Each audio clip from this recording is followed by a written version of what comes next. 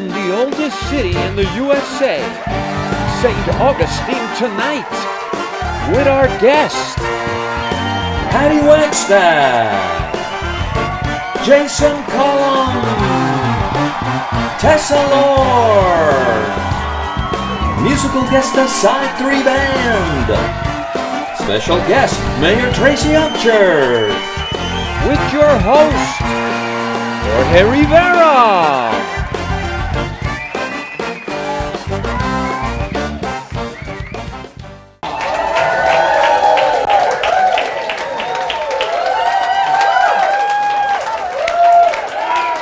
Oh yeah, oh yeah. Wow. What a beautiful spring day. What a beautiful spring day. As always, I start thanking the Lincolnville Museum and Cultural Center.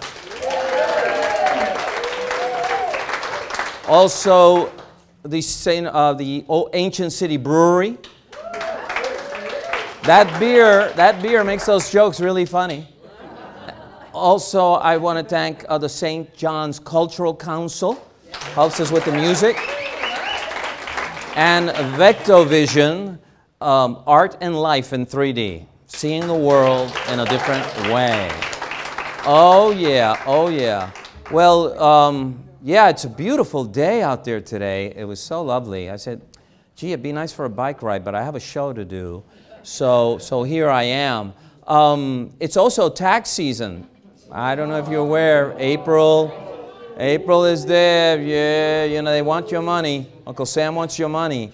It's funny, I went to my regular place to do my taxes, and the individual who's done my taxes for many years was gone. So there was a new person, and I walked in her cubicle, and I saw she had a Russian name. And I read it, and then she greeted me with a very heavy Russian accent. And I said, so where are you from? And she laughed and looked down. I'm from Philadelphia. And I said, well, I'm from Constantinople. Nice to meet you. So she turned out to be very nice. You know, the Russians are getting bashed here, too, because there's a lot of Russians who are not for this war. About 300,000 have left Russia, and a lot of them will not come back. And a lot of them in Russia are taking risk to try to say that they're against the war in a way that doesn't put them in jail for 15 years. So it's very difficult for them. And remember, the sanctions affect everybody, whether you're for the war or not.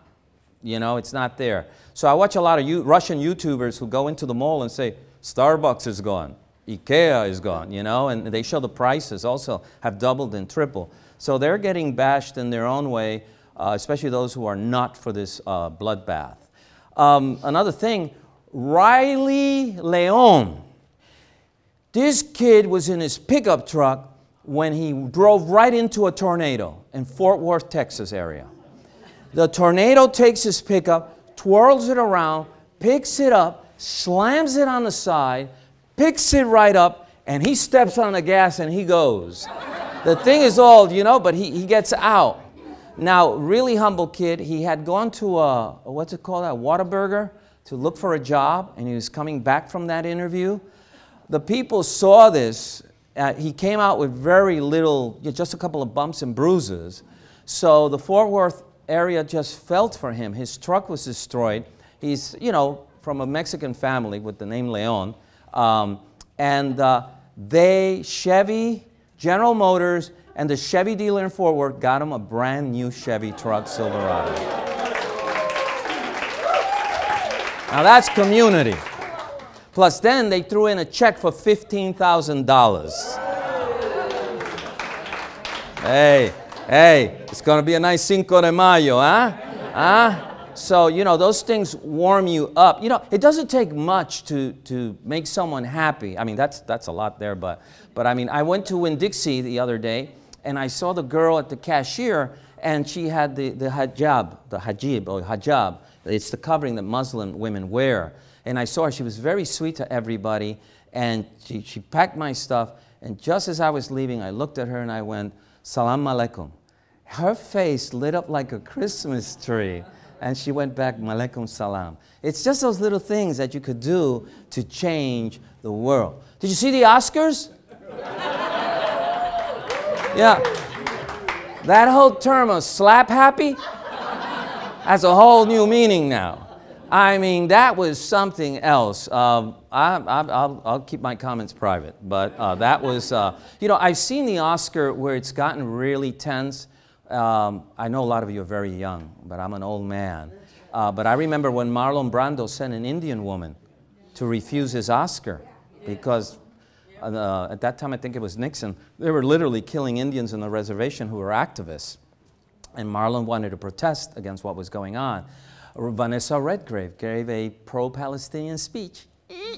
And that was also very tense. This was personal. There were no politics here. It looks like there was something going on with these guys for a while.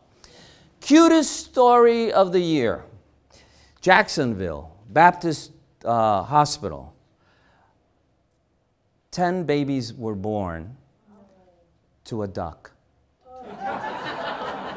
who happened to be in the courtyard of the maternity ward. And there's no way out of the maternity ward courtyard, only through maternity. So they walked the mother duck with all her little ducklings, and they had cardboard, and she was so proud walking down. It was the cutest thing in the world, you know, looking around. Look at these people, they only have one. I got 10, baby. And he's just walking down that aisle. I thought that was hilarious. The cutest, you know, if you see that video, it's so heartwarming. If you're into Marvel, the first Marvel comic book, what they call a pay copy, the first Marvel comic book out there to pay for, 1939, just sold in auction for $2.4 million. So don't get angry when your kid has comic books under his mattress. He's probably making you rich. You don't even know it. And the last story is Amelia Earhart's leather helmet was auctioned for $825,000. This woman, it was passed by her mother when her mother was a little girl. Amelia Earhart did a trip across the sea, but she was a passenger, not a pilot, but she wore that hat. And when she came back, there was all this commotion. It was dropped, and someone grabbed it. And it took all these years to prove that it was hers. And they did, and it sold for $825K. All right? I don't have any of those available for you tonight. What I have is a great band. You're going to love these guys. The Side 3 Band. Let them play.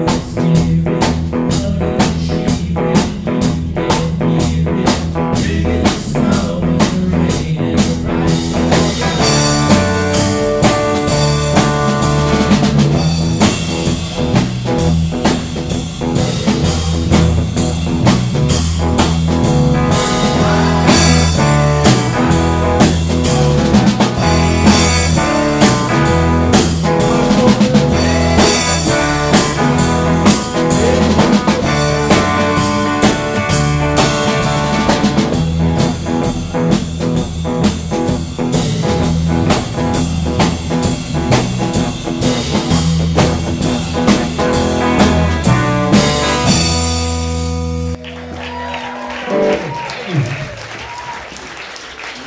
like rock and roll. And also our prayers and our most sympathy to Hawkins, the drummer of the Foo Fighters, that died in Colombia. That was a real heartbreaking story. So young, 50 years old. But, our prayers go, they stay strong. All right, we'll be back with our guest.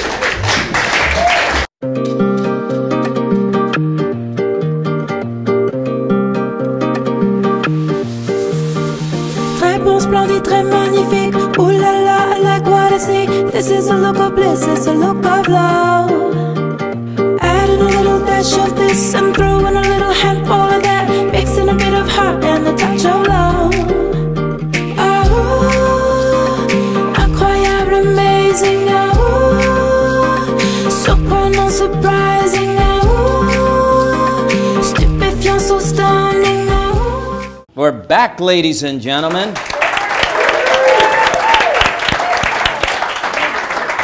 I have here our guests. Oh, before I introduce this, look at those flowers by Shirley. Give them a hand. We give them a hand. We thank Flowers by Shirley, Mr. Revis Wendell. I have Patty Wagstaff with us today.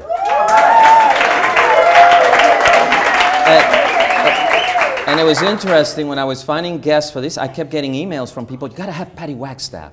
And I went, oh wow, this is interesting. You need to go to her website because you actually fly with her, and that you're in the cockpit with her in the plane, and you could see it's a beautiful. Yeah, you get. I got a little. I could feel a woo. She's normal. She's like sitting in her living room in that plane, but everyone kept saying you need to bring her, you need to bring her, you need to bring her. So I chased her there until here she is, and so. Thank you. For those who don't know who she is, she flies planes, she does aerobatics, precision flying, she has done stunts at some time, and she does air shows. She still does air shows today. So where are you originally from, Patty? I grew up all over. My dad was an airline pilot, so California, Japan, Alaska. So you went to school in many places too? I did, yeah. Switzerland, California. Oh, wow. Yeah. And Japan also? And Japan, yeah. Did you like Japan? Yeah, I love Japan. I did, yeah. We had a lot of freedom there as kids. So there were no rules. We could sneak into bars when we were 14. Nobody bothered you. I'm going to Japan. I know, right? The American kids had it made over there. Oh, wow. Now, how did your father was in the Air Force. And then airlines. And then he was an airline pilot, yes? So when was the first time that you actually held the controls of a plane in your hand? He used to let me fly when I was little. So when I was like 10 years old, he'd let me sit up in the cockpit, he'd get out of the seat and he'd let me fly. He didn't want me to touch anything, but I could fly the airplane. I actually was really flying. Oh, wow. And I could do turns and the Japanese love children. And so the Japanese co-pilot and engineer just thought it was great. Yes. Nowadays, they'd, it would be, they'd probably. The second person who says that, the Japanese love kids. I had another guest here who spent like 12 years in Japan, and he said they just love kids. They do, they're really great to kids. And so we had a lot of freedom in other ways too. Flying airplanes and. Right. So when was the first time that you actually started training to learn how to fly? So I had moved, I always knew that I wanted to, and I had moved from Australia. I lived in Australia for about 5 years my first husband was Australian, and then I moved to Alaska, and I moved out to this little town called Dillingham, which is about 300 miles southwest of Anchorage, and it's just a little fishing village. It's a salmon capital, fishing capital of the world, and I got a job out there, and my job, I had to fly to all the villages in this region. I was working for a nonprofit as an economic development planner, and I said, well, how do I get around to these villages? There's no roads. And they said, well, charter a plane, there's air taxis. So I called an air taxi, they didn't tell me which one, and I got one, and on our first, we landed, it was a dirt strip in this tiny little village, Eskimo village, and on the first takeoff out of there, we crashed. And ended up upside down at the end of the runway, and that's when I decided I'd learn to fly. Yeah. It's true. And I called my office and they said, well, I told them what happened, and they said, well, who did you charter? Who's the air taxi? And I said, oh, it's Kodiak Western. And they go, oh, you shouldn't fly with them. Yeah. And I said, well, you never told me that. Right. I could see you upside down saying, last time I took a taxi, you know. So you got your own plane. I get my own car, my own plane. Yeah. So now, wow, that's quite, that's quite traumatic. So then you started learning how to fly, and then you started. How did you get then into this thing of flying these planes? I just always thought it would be. It just sort of combined everything I like to do. You know, I thought, you know, I like gymnastics, and I used to stand on my head as a kid and read a book upside down. I was just weird. I just you know, sometimes you just know. It kind of called to me, and so as I was taking lessons, I kept looking for somebody to teach me, and finally found a woman in Anchorage, Alaska, where I was living, and she started giving me lessons. So. Wow. Yeah. So now, once you started flying, I guess just flying a plane wasn't enough. Right. You needed some more thrill in it, right? Well, no, it's like someone driving a car, then he's racing, right. and so you started doing that with planes. Yeah. Do you remember your first air show? Oh yeah, of course. Yeah, What was I was that? in Alaska in this little town called Gulkana, and I'm really an introvert. And I'm very shy, and I remember when I landed, the announcer said, "And she flew her little heart out," or something like that. I was so embarrassed, and I taxied my plane all the way to the back of the airport and hid in a hangar, so I didn't have to wave. So I remember it really well. Oh wow! Yeah. And now you fly a lot. And you do these, well, you know, even precision flying and all that has a certain danger. I mean, getting in a car every day for us is a danger, and I guess flying is safer, so that shows we're crazier. So the thing is, did you ever have these moments where, let's think emergency now? Yeah, I've had a couple of emergencies, and sometimes it's funny with things. You know, pilots train all the time in procedures, right? And so you train for emergencies. And airline pilots take it a whole nother step. They do a check ride every 6 months, and they memorize every single procedure because it's much more complex.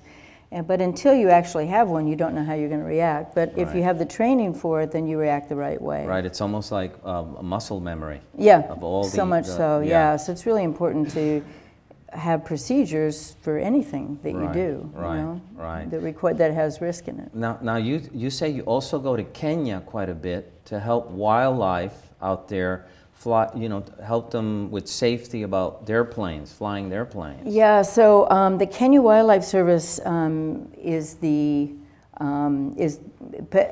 have an air wing. They have about 12 pilots, and they have been an air wing for a long time, and they are, it's the only country in Africa that actually has this state and a paramilitary air wing to patrol for poachers, and actually patrol all the national parks. So I've been training them for about 20 years now, training those pilots. So I've been to Kenya about 10 times, and I've flown a lot of safaris, and I've even, guided a couple, and so it's one of my favorite places. Well, I'm thinking of out of Africa when they're flying on that plane. Yeah. Is Africa as beautiful as they say it is? Yeah, that was all in Kenya. It's amazing there. You get everything from the ocean to Kilimanjaro or Mount Kenya, Mount Kenya is 18,000 feet with a permanent ice cap on the equator. Wow. And then you get rainforest and you get desert. It's spectacular. And you see giraffes and all these animals moving, and wow, it's amazing. Wow. Yeah. Envy you on that. So now you have an office here at the airport. We have a school at the airport, and we teach pilots from all over the world. And what do you basically teach them? We teach them how to stay out of trouble, and if they get in trouble, how to recover from it. Because it's called safety something. Yeah, it's aviation safety, right. And so it's one of the things. Well, we teach aerobatics, and then we teach people what they call upset training. So if you're flying and you get in some bad weather, and the plane gets into an attitude that you're not used to. That's what they call it, an unusual attitude. Yes. We train people how to recover. Attitude. Wow. So you teach them how to, you know, first engine goes, now you go to the second. Second goes, take your rosary, okay. Yeah, this is what yeah, if all else fails. Yeah, all fails. Now, what do you love about flying? What is it? What is the addiction with that? Well, I think it's the freedom that you have, and you get above everything. And I mean, it's always challenging, and it forces you to be focused, and it forces you to be disciplined. And you know, before I started flying, I didn't really care about being focused or disciplined. And you know, I mean, why should I do that? You know, or you know, I was just kind of a hippie and loved it, and had a lot of great adventures. But I love the way that flying forces that kind of focus and discipline too. Would you? I guess this is my last question. We've run out of time, but would you say you're at your happiest when you're up there? Yeah, because I'm away from everything down here, like, and then you land, and then you got to start paying the bills and doing other things. So you fly from and say, "You fools! Ha ha ha!" Look where I'm up there going. I always say, "Why isn't everybody up here flying back and forth and doing stuff?" So. Check out her website; it's amazing. There's a lot of stuff there to look at, and I thank you so much. Thank you for having me. And that's yours. Okay, I'll take and this. Adding a little dash of this and throwing a little handful of that, mixing a bit of heart and a touch of love. Oh, incroyable, amazing, oh, surprenant, surprising, oh, stupéfiant, so stunning, oh, behold, presto, tada, voilà. Voilà.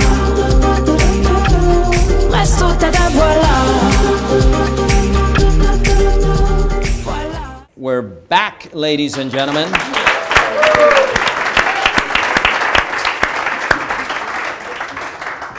We're with Jason Cullum, and Jason is, well, we were joking, one of my COVID guests. Yes. He was on my other show, but we had to pull the plug. COVID came and the whole world went silent. If the aliens were trying to communicate, they said, wow, the Earth's gone silent. What's going on?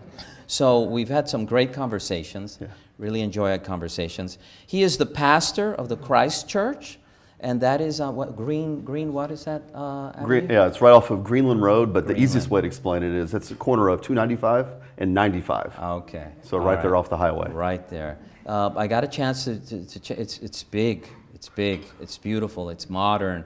It's almost like a community center also. It almost looks like a little airport terminal when you first come in. There's all you park in Goofy and then you come on in. Yeah. And then you come in and it's very impressive. You have a wonderful ministry there. Now, you're originally from where? Indiana. Indiana. Southern Indiana is where I'm originally from. I did a short stint for about 5 years in Athens, Georgia. You loved it there, didn't you? Yeah, absolutely. Home of the Bulldogs. National champions this year. Right. Oh, I got to get that in. Come on. I love the Gators. You know, bless their hearts. You know. And what you call it? Now, in our conversation, you had said that you spent a lot of time with your grandparents. Correct. And you consider yourself a church mutt. Yeah, absolutely. You know, my mother was a single mom, and so on the weekends, you know, one of my grandfathers would come pick my sister and I up from school, and we go from Friday to Sunday with Grandma and Grandpa. And so I always said my grandma was a drug addict because they would drag me to church on Sunday morning, Sunday night, Wednesday nights, you know, vacation Bible school, choir. If church was open, I was being drugged there against my will most of the times.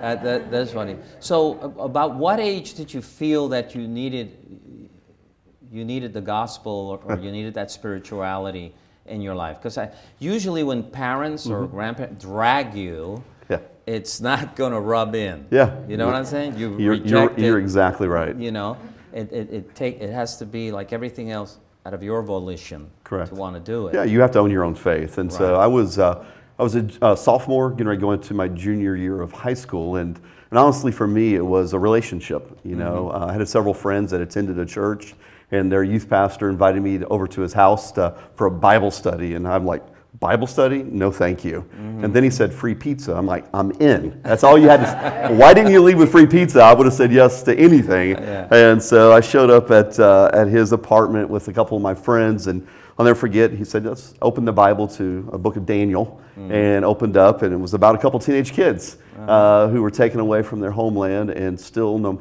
matter they're away from parents, no matter they're away from their church, they were still faithful, and stood up against oppression, and stood up against a pretty strong opposition. And I'll never forget that the pastor's name is Todd. He asked me a question. He said, "Do you know Jesus?" And I'm like, "I know all about Jesus. I've been in church all my life. Grandma took me. I went through confirmation. And so I knew all about Jesus." And he said, "No, not do you know about him?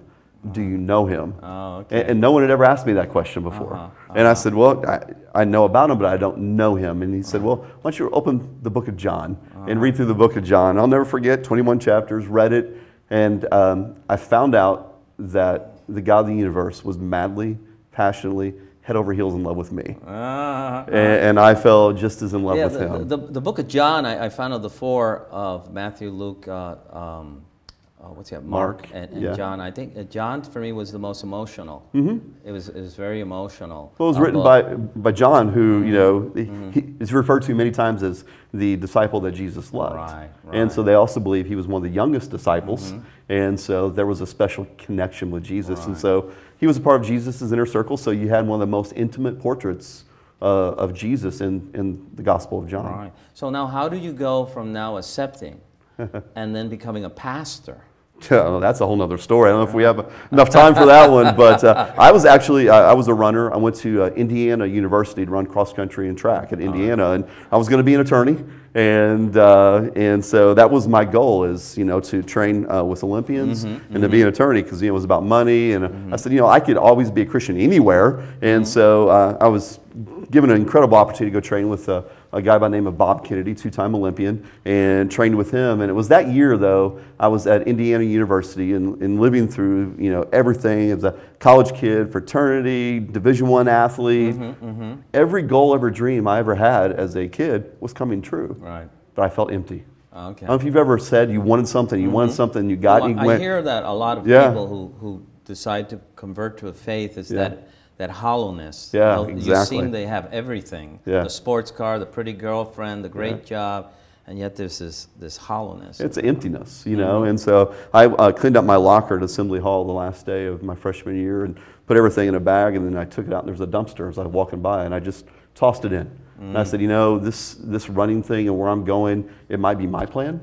And so I'm just going to go quiet for the next couple months to see what his plans are. Right. And it was during that time that I got a pretty clear direction that God was asking me to go and serve him full time. So now, when I walked in your church that first time I went there to visit you, there were a lot of young people in your church. Yeah. It was, and there was a sort of a Christian rock band playing, and I noticed that there were a lot of young people. Now, how did it was quite packed. How did COVID affect you? Absolutely. Well, COVID's affected everybody. Right. Church has been one of those interesting places where COVID definitely made an impact. Most churches across the country right now are experiencing anywhere between about 30 to 50% of what they were pre-COVID. Wow. And we all said at the beginning of COVID, when everything shut down, like, all right, we've got all this extra time now. We can focus on priorities and we can take a deep breath. But what I think I experienced and what a lot of people experienced is we had that free time and we just filled it full of more stuff. Right. Because I don't think any of us today say, well, I've got less anxiety than I had 2 years ago. Or I'm more joyful today than I was 2 years ago. Or I'm not as busy as I was 2 years ago. Right. It seems like somehow through COVID, even though we were at home and everything was shut down, we still found a way to be busier. Right. And so I think a lot of people have really experienced that. Of course, the shift for us is the in-person attendance versus our online community. Right. Our largest audience every week is audience I'm speaking to a camera, not to the people in the room, and it's a hard shift to be able to get your head around. Well, I have a big audience here, but a much bigger audience I'm talking to that's not even present. Right. Now, did it affect the faith of those people watching so much death? Also the mask, no mask, the division that it brought in the country, but also there were people dying everywhere. Yeah. Hospitals were full. Were you like everyone? Lots of people calling you? I mean... Absolutely. I mean, I think You know, anytime we go through a crisis in our world, in our own personal lives, we start looking for answers. Because the ultimate question every single person is asking is why? Right. Why am I here? Yeah. Why do I exist? Yeah, You know, what's this all about? And then when all of a sudden we get faced with a challenging season in life, whether it's COVID or cancer or a divorce or you name the situation, when those things hit our lives, we start to look inside and ask questions. And I think we've seen a ton of people asking questions and wrestling with things. And you know, COVID really created an unsettling time for a lot of people. You know, it was unsettling for us. We didn't know what one day was going to hold to the next day. Right. And so when there's this uncertainty, there's fear and there's anxiety, and we catastrophize everything, and we're watching 24-hour news about how awful things are. You know, you ride motorcycles, right? We talked about this. Yeah. You know, one of the very first lessons I learned the hard way riding a motorcycle is, you know, when I first was riding, I went and took a hard right turn, and I was looking at my front tire. And you know where I ended up? On the ground. Because I finally, my wife said, you got to go take a class. And so I went and thank goodness took a class down here at St. Augustine, actually. And I remember that the teacher's name was, he was a state trooper, Officer Dobbs, said, you don't look at where you are. You look at where you're going. Right. And that's a lesson that I've learned, not just riding a motorcycle, about life. Yes. You know, and when we're focused on everything right here and now, when we're watching the news, when we're watching our social media feed, when we're hearing everyone around us, and it's just we're being bombarded with negativity and death and fear and worry. Our eyes are fixed on that. Right. And when they're fixed on that, I mean, that's what you're looking at. Right. And so trying to remind everybody where our hope and our focus is, it's not right here. Right. It is very interesting. You were also saying, now, a lot of people during COVID, hospital workers, first responders, they were all being burned out. Absolutely. Do you feel pastors were also in that, where they felt like, and if you were, where do you go? Yeah. You know, I mean, you're there for all these people, but you're carrying all this weight of all these problems, divorces, someone dying of cancer, you know, all this. Where do you go to who consoles you when you feel that you're not, you might feel like you can't give no more? Yeah, because you can only give so much. Exactly. You know, and I always laugh, I say, I'm in the drama and trauma business. You know, and that's all I deal with is people's drama and trauma. And you know, it does get to a point where, you know, you get tired. And, you know, a lot of my friends and coworkers from around the country that are pastors, I mean, a lot of them have retired or resigned because it's been too much. And, you know, when you can't get away, and that's what's been interesting with COVID is we went digital. Yes. Everybody did, and so there's no escape. Yes. I mean, there's no way to go and take a deep breath, or we didn't feel like we could, because when you serve people and the needs are great, you don't ever stop. And so for me, I mean, my wife is always that person I can go and vent to, and she can bring me back around. She's here, My wife, been married almost 27 years. She's awesome. Yeah, I know. She's great, you know, and but you know, obviously my prayer time. You know, when we have a lot going on in life, sometimes you just got to get still. Right. You know, and sometimes I pray and I don't say a word. I'm still. Right. Or I'll just recite a scripture or just share what's on my heart. And, you know, and just that comfort that comes through the Holy Spirit is. So we're running out of time. So where do you see the future of your church going? Absolutely. Great question. You know, we're super excited that, you know, COVID really advanced what was going on in the world by 10 years. And so what was going to happen in 10 years now happened in 2. And so we're doing our best to continue to just meet the needs of the community. If the church can't meet the needs of the people around it, then it shouldn't be a church. And so Christian education is big to us. We have a school. We're building a brand new campus. We have about 700 students, 2 years old through 12th grade. And so that's a big part of who we are. You also have a big event for Easter. Easter is coming up right around, we're 2 weeks away from Easter. And so, yeah, we're hosting an outdoor Easter experience. We're expecting about 5,000 people, and we're inviting the community in. All of our campuses are coming together. And what we're saying is the world has been so divided for the past 2 years. We're going to come together in a statement of unity. Good. And so everyone come together. It's going to be Easter morning. We have a sunrise service on the lake at 7 a.m. and then our big service outdoors with worship, food trucks. We got stuff for kids. That's going to start at 9:30, and it's just going to be a fun day. And your website is? www.christ.church. Right. Yeah. So, real simple. Easy. Yeah, Christ.church. Keep doing what you're doing. God bless you, and thank you. Thank you. Thank you. We'll be back We're going to take a intermission, and we'll be back in about 10 to 12 minutes. So time to refill whatever was fueling you. Voilà, resto tada, voilà, voilà, resto tada, voilà. A little pinch of this and splashing a little speck of that. Put it all together, see what you got. Love is a simple thing to create, and love is an easy thing to make. Doesn't take much at all, doesn't take a lot. Amazing, and now the side 3 band.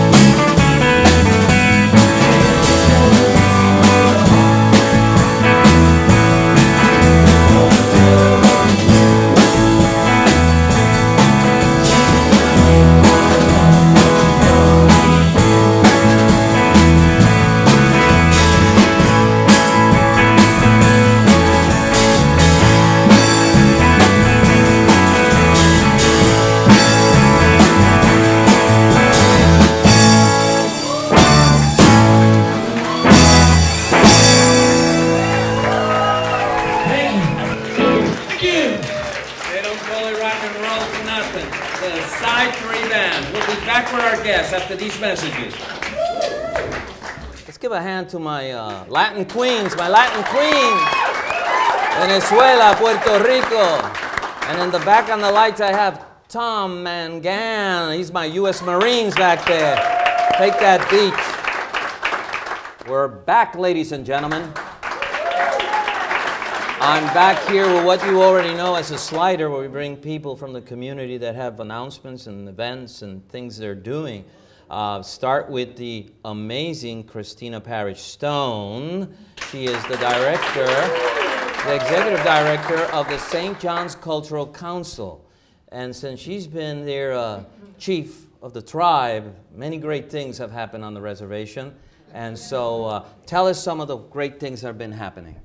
Well, I heard that I was here in effigy a couple of weeks ago. A poster of me appeared because Jorge hadn't been able to get me here in person. I apologize for that. A lot's been going on. I know you're busy. I was just at a ribbon cutting for the A1A Scenic Byway. We had a big event today. Our byway is one of our biggest cultural assets in St. Johns County. Starts in Ponte Vedra, winds all the way down to Marine Land, and continues through Flagler County. It just received the highest designation in the country as an All-American road. And I have a really beautiful sash.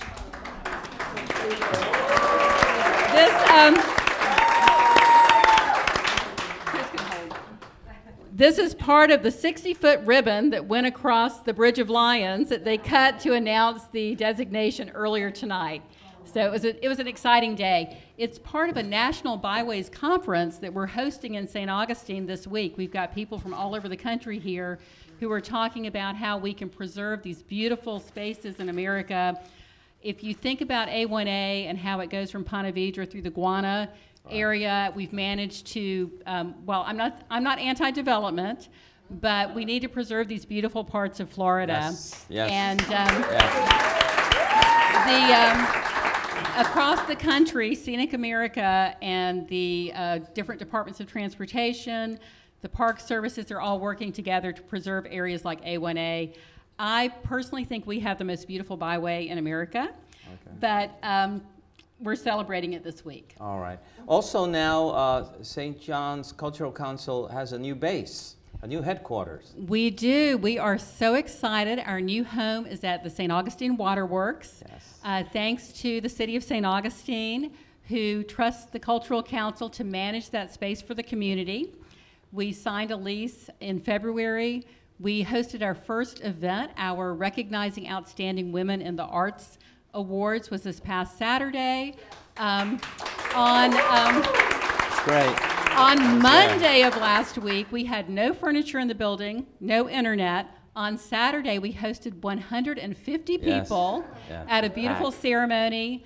We honored our 2020 winners because of COVID. They had not been honored, and 2022. So we had 8 fabulous women that we honored in the building. We're opening our office next Monday, and we will be hosting lots of different cultural organizations and allowing them to present performances, lectures, films, all kinds of things for the community at no or a very low cost. Yes.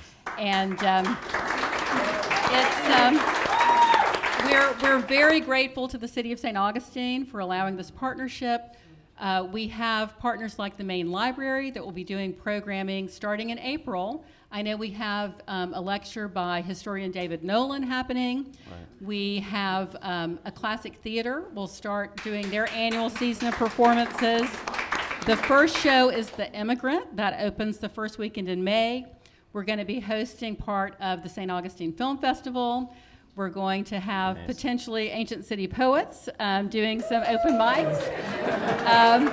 Community organizations. I talked to Fort Mose about their annual meeting that's going to happen there. Just has no it's ending. Very, very exciting. No ending. There's so much going on, so much going on. I thank you. I thank you. I have to give kudos to your leadership. It's just been amazing. It is the talk of the town. Wherever I go, I hang around lots of circles, and your name always pops up in a beautiful, positive way. So we thank you. We thank you, because I know you squeezed 25 hours out of a day, and that is amazing, amazing. Well, I started today with a presentation for the Byways Conference at 8 a.m., and I've been going since then, so I probably look a little bit tired right now. I do want to say I appreciate the kudos. I'm expecting people to be upset with me because we have such a demand for the waterworks that I'm going to have to say no to a lot of people, and I hate that. But we're going to do our best to make it open to as many groups as we can, and we're very excited about what we can do for the community there. Well, thank you so much. Thank you so much. So now, if we know Chris Beaudore, we know him as poetry itself. He's a poet in every sense of the word. He's an author of poetry. He organizes poetry events, and there's something big coming. Tell us about it.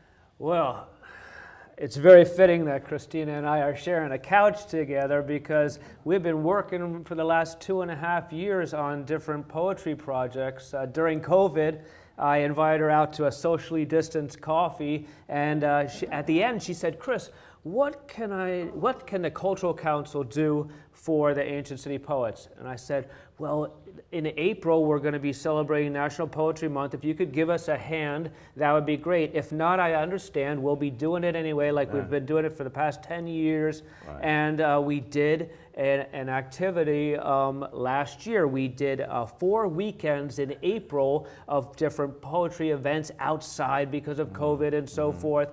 And so on May 1st, the first day after National Poetry Month last year, I said, I want to do a poetry fest, a poet fest. And Christina gave me full support. And then the English department of Flagler College said that they wanted to combine forces too. So we're having a real deal Poet Fest on April the 9th on the campus of Flagler College. Yeah, yeah, we're going to start up at 9 in the morning and then have different symposiums, a 5-hour open mic. And all this stuff's going to be going on at the same time. Something at the Markland House, something at the museum there, the open mic. And then at 3, we shut everything down and we go upstairs to the 2nd floor where we can fit 150 people. And we're going to have 4 featured poets. I have a guy coming from Grand Rapids, Michigan. Mike Zone is going to give us 15 minutes. I got Damian Rookie. He's coming from Teaneck, New Jersey. He does open mics, like 3 open mics every week. He's going to close down and come down and fly down, you know, on Friday and get back to New Jersey on Sunday. So if people want more information about the festival, it's all on the Cultural Council website. You need to go to that website every day, because every day there's something that there's so much going on. Lenny's out there. Mr. Lenny Fadzi. That's it.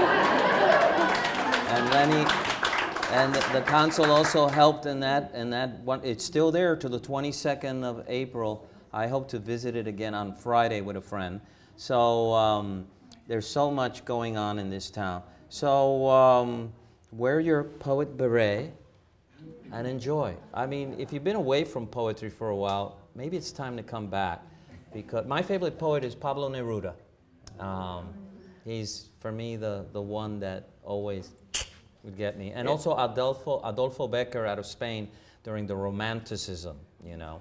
It'll be an eye-opener for people who might not know that they could possibly enjoy poetry. Right, exactly. Something like this in any other city, you would have to pay like to get in. Right. This is all being provided for free. We're emulating what other conferences do and so forth, but because of the support of the Cultural Council and the English Department of Flagler, we're providing it for the community, the students, the faculty, the staff, everyone. Just, you know, you have nothing to lose, you know. All right, everybody. So let's give them a hand and be there. We'll be back with our next guest after a message. Thank you, Christina. L'amour, c'est facile. L'amour, c'est magnifique. L'amour, c'est la joie. L'amour, c'est splendide. On rêve en amour. L'amour, c'est toi et moi. L'amour, voilà. C'est magnifique. Restons tête, voilà. Voilà. Restons tête, voilà. We're back, ladies and gentlemen.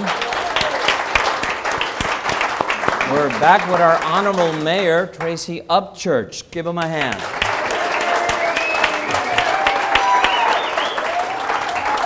Hey, some people like you. It's my mom. The family. Great to have you here. I'm so glad you said yes to the invitation. It's always, it's a lot of work in this show to find the guests that I find interesting and that I feel can carry a show. So I thank you very much that you say yes. So my first question that I ask a lot of people, where are you originally from? St. Augustine, Florida. Wow. It's a great little place. Now, kind of your whole family is from here. My grandparents moved here from Nassau County, Fernandina area, in 1925. And so my dad was born here, and we've been fortunate enough to live here, and my kids and some of my grandkids have been born here, and so it's a real blessing. Wow. So there's a real love for this community because it's what we say in New York, blood deep. So now something very interesting when we had our little conversation. You said when you were young you wanted to be a social worker. I wanted to be a social worker. I got over that really quickly, but but it was really funny. My father, who is an attorney, wrote me this impactful letter. I think he had visions I was going to be on the street corner handing out food stamps. But he said if I wanted to help people, I should be a minister, I should be a doctor or a lawyer. So kind of a old school way of looking at it. But that was the right decision, not to be a social worker, but my heart is there. Yeah, because a lot of things, you were a teacher for a while too. Still am. Well, yeah, now you're at college level, but at one time you were teaching younger. No, had a vision. When I graduated from college, I interviewed from everything from teaching kindergarten to high school history. Okay. I didn't get any of those jobs. I didn't know anything about perseverance and grit, and so I gave up on that pretty quickly. And but now I've had the opportunity to come back and teach at Flagler for 5 years. Because where do you think you got your political bone from? Who do you think influenced you to pursue politics at some point in your life? And I don't know that I can point to anything in particular. Both my grandfather and my father were involved in politics. And Dad and I would share conversations. I can remember as a kid listening to the local election returns on a transistor radio, like most kids listen to baseball, and I'm listening to election returns. But I'd write down the returns, and Dad and I would compare them, and we'd talk about it. And so I'm sure that had an influence. Right. Started the passion of it. Now, you were mayor a long time ago. Yes, I was. Your first time mayor in St. Augustine was when? What year was that? It was 1990 to 92. Wow. Yeah. Comparing those years with now, what would you say is the difference? A lot of differences. I was 34, and now I'm 65. So that's been a big difference. I had at 34, envisioned a long political career that didn't happen for all sorts of reasons. But I left the city to go to the state legislature, which was a wonderful experience. And so that gave me a different perspective. Being 65 has given me a different perspective. I hope so. I took everything terribly seriously. The first time? Yeah, I felt like I was responsible for everything that happened everywhere, and that's a pretty heavy load. Yes, it's hard to go home with that. But I will tell you that the city and city government, John Regan, our city manager, deserves so much he's very loved. responsibility for this, but it's a much more forward-thinking, proactive organization than it was in the past. And that's made it really fun and really engaging to be a part of. Yeah. The challenges now are different. I guess the challenges in the 90s was probably drugs, maybe? I think about this a lot, and it was a wonderful lesson, hard lesson, but a wonderful lesson.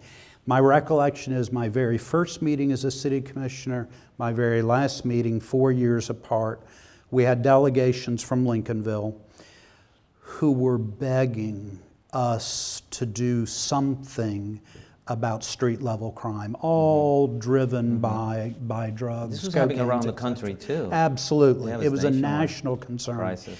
And we did everything, community policing, policemen on bicycles, we tried everything we could. But for better or for worse, gave me something of an understanding that there are some problems that are beyond local government to control. And we criticize the mass incarceration, and it deserves criticism, but the fact remains is we remove street level crime. And we look at that differently now, but that was a solution to a very real problem. Lincolnville, of course, was a very, very different place. In the 90s New York than was it the is crack today. epidemic. I mean, it was brutal. I mean, I remember people putting signs in their cars, I have no radio, I have no radio. I mean, you know, those were the days, all the cars were jacked. I mean, it was tough all over the country, so I guess St. Augustine got some of that. Yes. So, and now what would you say are the problems now in 2021, 2022? Well, I would tell you one problem, one issue we're challenged with today that we certainly were not challenged with in the 90s is the homeless population. Yes. Yes. That was nothing that was an issue back then. Right. You know, there's so many elements of the community that are working on that. Religious organizations, not-for-profits, certainly the city. I think, I can't remember exactly, but we spend several $100,000 a year trying to address this problem. And it's difficult because, again, we're not a social service provider. That's not a part of our mission as the city, but we understand that various addictions and mental health issues are driving a lot of that population. So that's certainly different. Sea level rise, of course. Wow, yes. We had a great meeting. We have been approved, last evening, we have been approved for what we refer to as the back bay study. So this is a Corps of Engineers study. Congressman Rutherford has been supporting us on this for many years. It's finally gotten congressional funding. It is a matching grant. So this is kind of the state-of-the-art engineering, environmental, economic study to address flooding. So that's very important. We just received $26 million from the state of Florida to fund various resiliency programs in the city. And so there's a lot of good things happening. But again, an issue we never thought about. The planet is changing, and I think people who've been here a long time can actually see the difference. You know, it's like the markings. This is the last flood. This is the new flood, you know. So those markings are there. Now, you're also a professor. I am. You enjoy that very much, don't you? Very much. I'm finishing my 15th year. I practiced law for 25 years. I think I enjoy teaching law more than I do practicing it.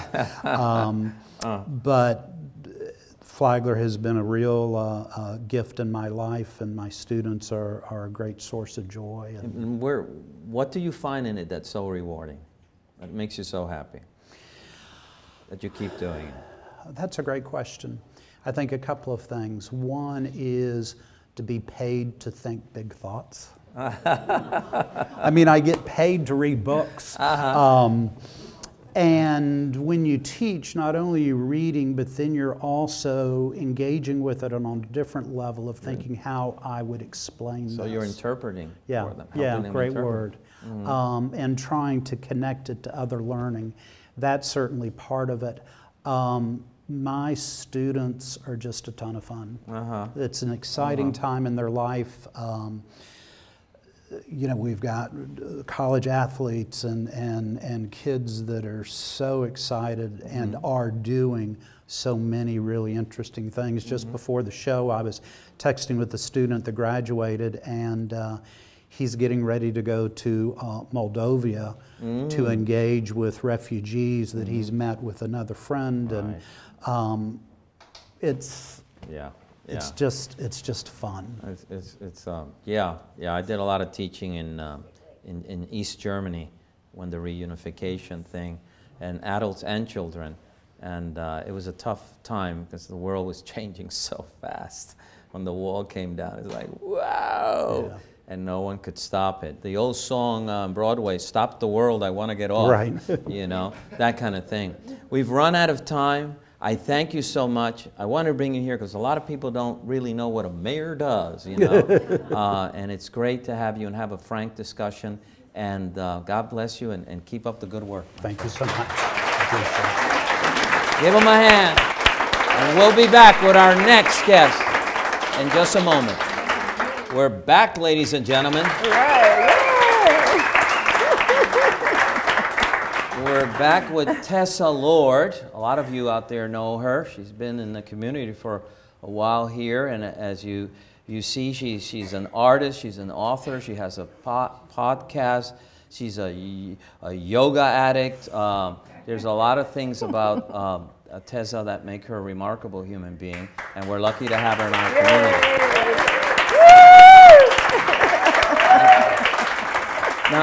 Now, Teza, what you got? You're originally from New Jersey.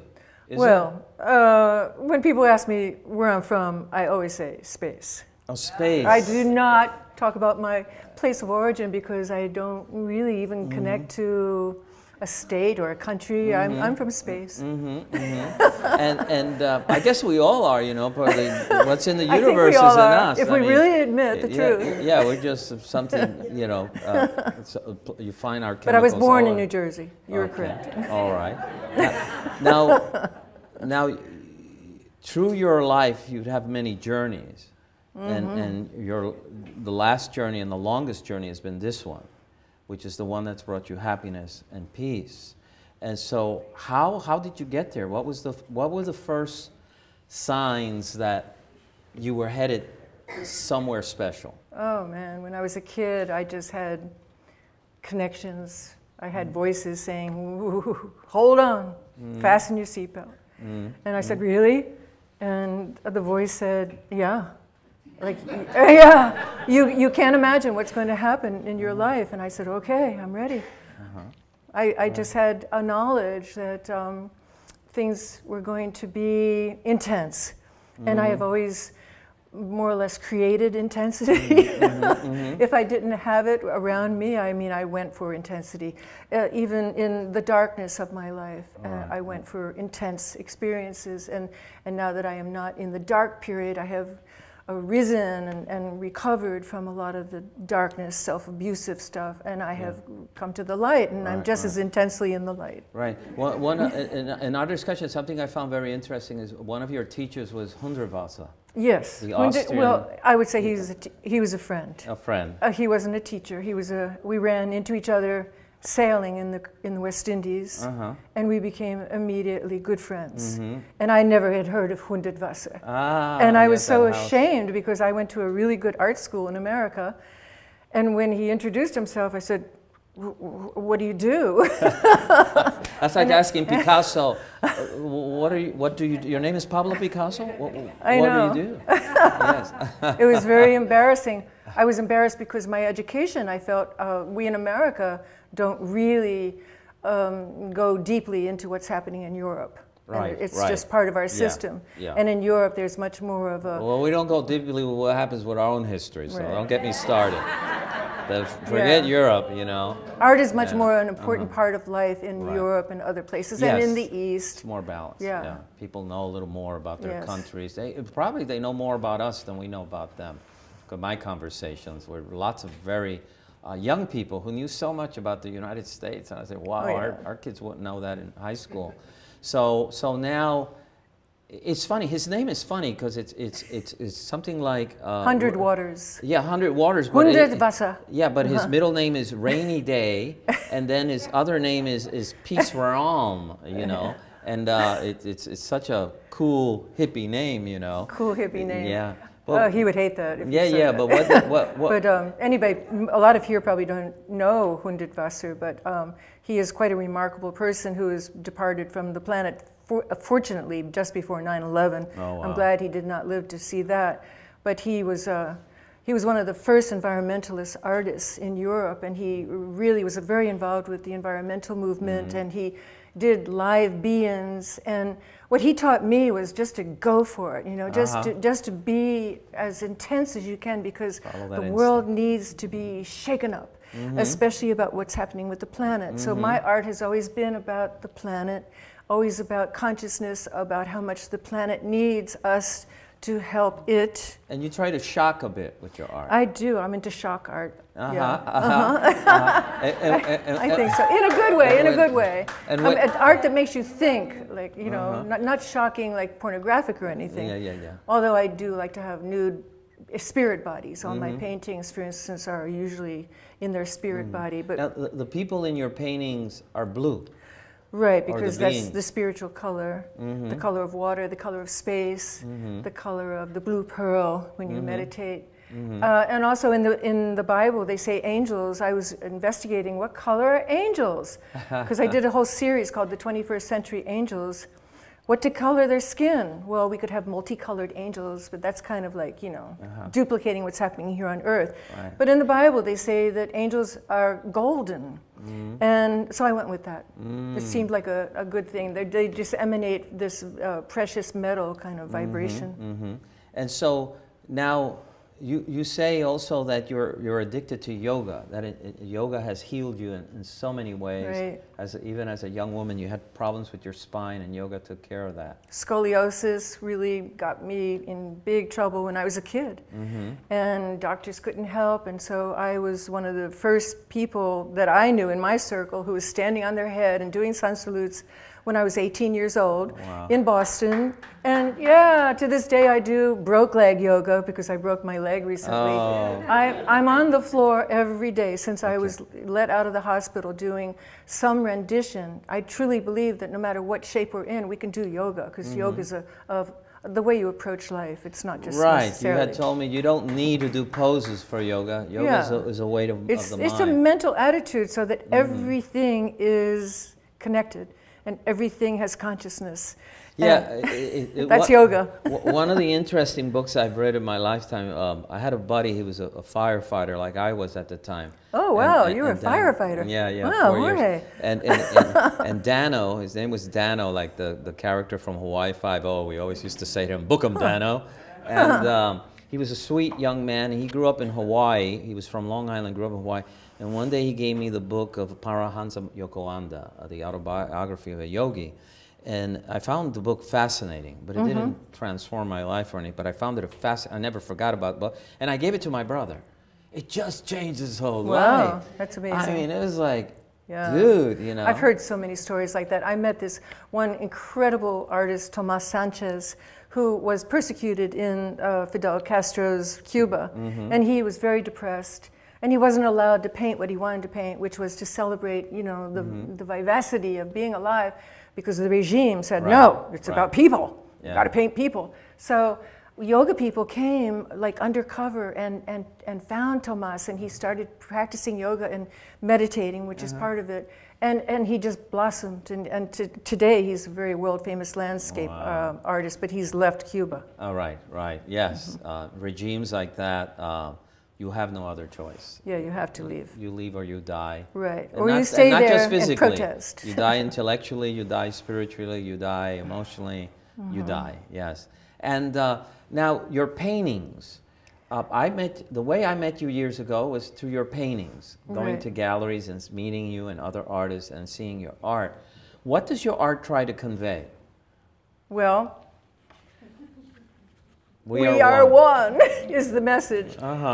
This book is my manifesto. That's how we met, because I published this book, which is a compilation of many different works, some sculpture, some drawings, some paintings that have been specifically designed to present my manifesto, which is that we all are connected. We're all one big human family, one big human blended family, even though we have many differences. And everybody who knows the internet is showing that to be true more and more. We're becoming aware of how interconnected we are. We did not have that until the internet really brought it to our attention.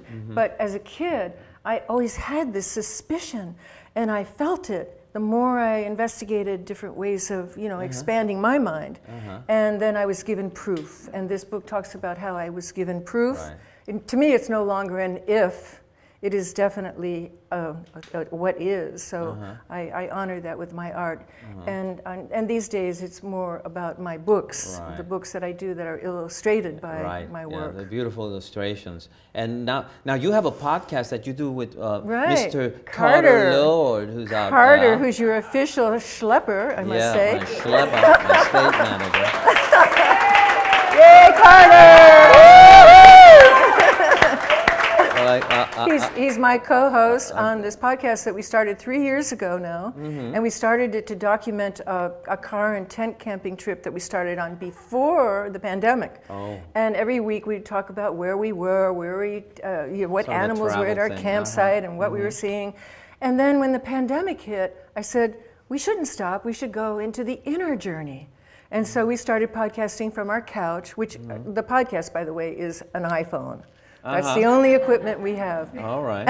And what is the goal now of this podcast? Well, it's dedicated right now to healing the divide among all people who feel disconnected. And like your previous guest, Jason was saying, some people are feeling in despair, but we don't.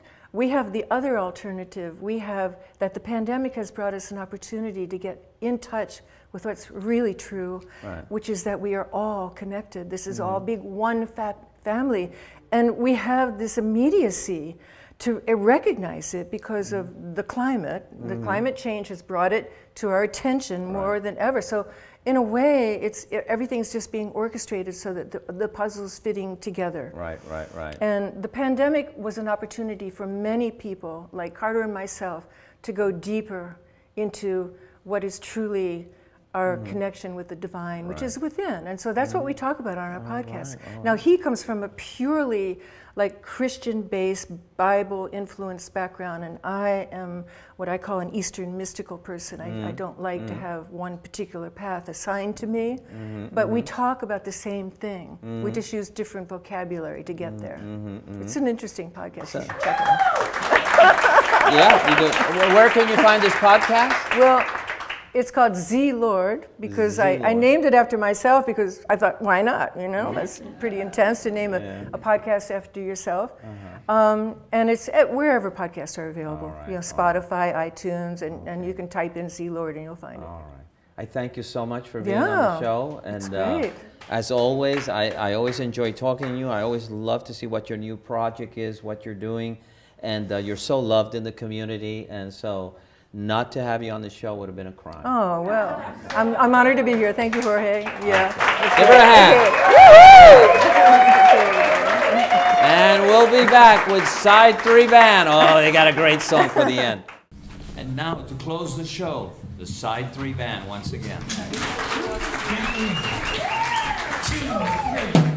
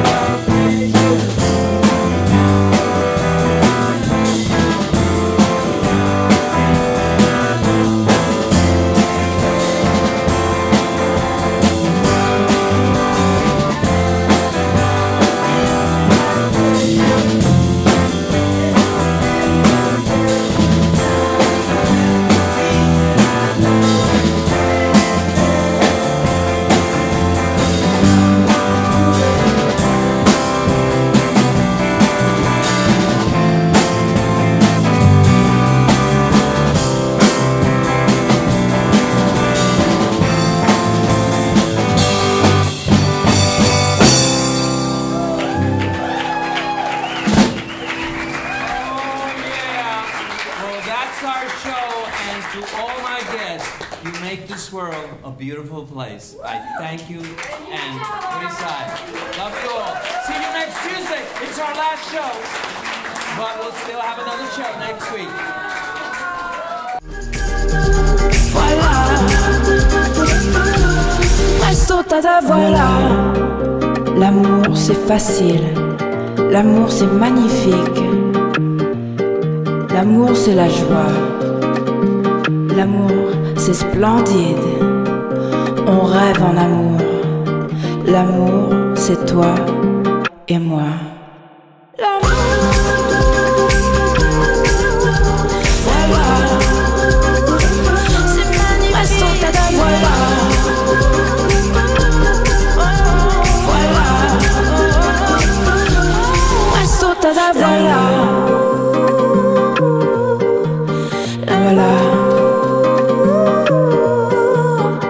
Voilà.